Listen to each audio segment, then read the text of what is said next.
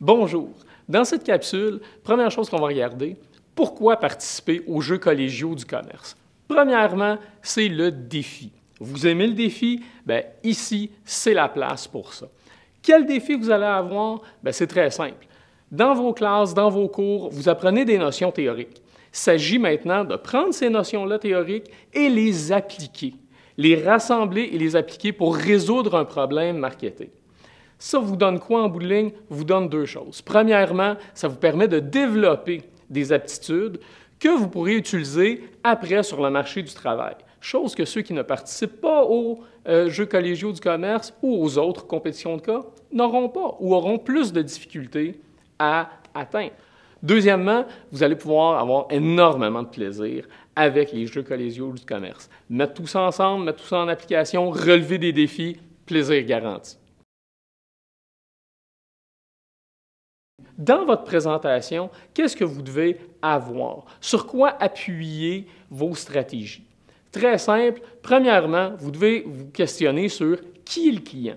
Lorsque vous lisez le cas, posez-vous toujours la question. Qui est mon client? Et par client, on entend quoi? On entend deux choses. Premièrement, quelle est l'entreprise pour laquelle je travaille? Et deuxièmement, qui est le consommateur, qui est le client, qui est la personne qui achètera et utilisera le produit. Ensuite de ça, on parle du mandat.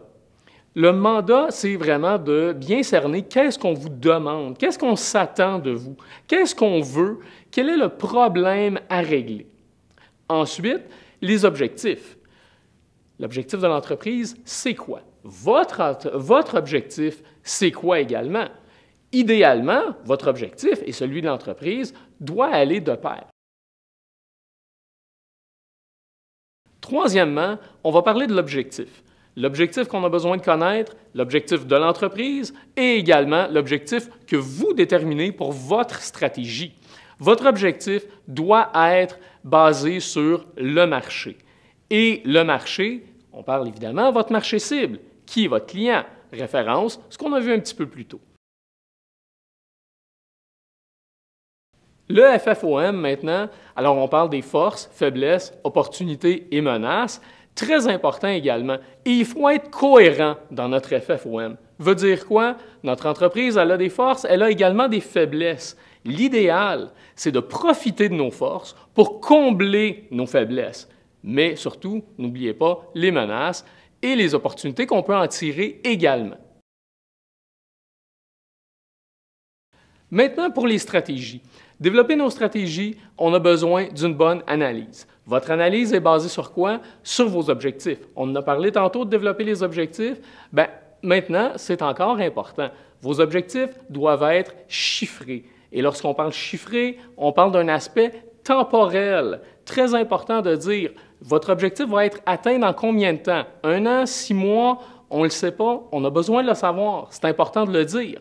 Plus que ça, votre analyse doit être basée sur votre objectif et non l'inverse. Souvent, en marketing, on a tendance à développer la stratégie.